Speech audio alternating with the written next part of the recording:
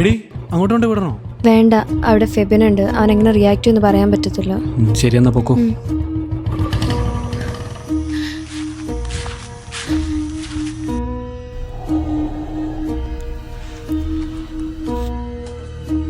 Day ഓട്ടാ നിക്കടി. D പുന്നാര മോളെ, നീ ഇത്ര നേരം ആരുടെ കാലിൻ്റെ ഇടയ്ക്ക് പോയി കിടക്കുമായിരുന്നു. നിന്റെ വായിക്കാത്ത പഴവാ. ബസ് കിട്ടിയില്ല. ഓ, ബസ് കിട്ടിയില്ല.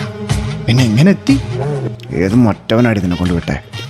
നിഖിലിനെ കണ്ടപ്പം ബസ് കിട്ടിയില്ല, കിട്ടുന്ന വരെ അപ്പോട്ടാ നിൽക്കണം. അല്ലാതെ വല്ലവന്റെ സാമാനത്തെ കയറി വന്നിട്ട് എൻ്റെ മുന്നിൽ വന്ന് ഞാൻ നിൽക്കും. മനസ്സിലായോ? മുഖത്തോട് നോക്കടി. ബസ് സ്റ്റോപ്പിൽ നേരെ ഇങ്ങോട്ടാണ് വന്നേ. കഴുത്ത് കാണിച്ചേ, കാണിച്ചേ, കഴുത്തിട്ട് എന്തിനു